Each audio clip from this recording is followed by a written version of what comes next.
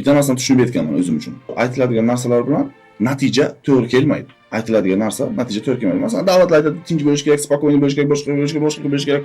Dunyoda tinchlik bo'lish kerak. Hamma yoqda urush. Chunki oxir oqibat barcha narsani kontroli kuchda. Bu hech kim atrasat qila bilmaydi buni. Oxir oqibat qonunni ham ushlaydigan narsa bu kuch.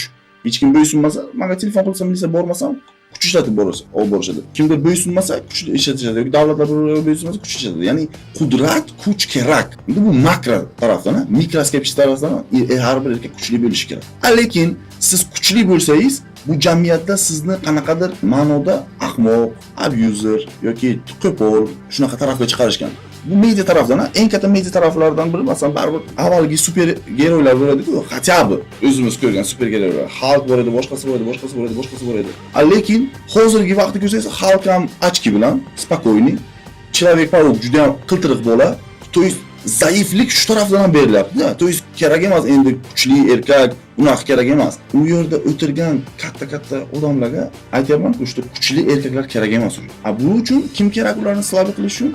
Erkakning yagona slabi joyi bu ayollar. Ayollarni prosta o'zgartirib, ularga emotsiya yaxshiroq ta'sir qiladi. Ular orqali erkaklar zaif qilish.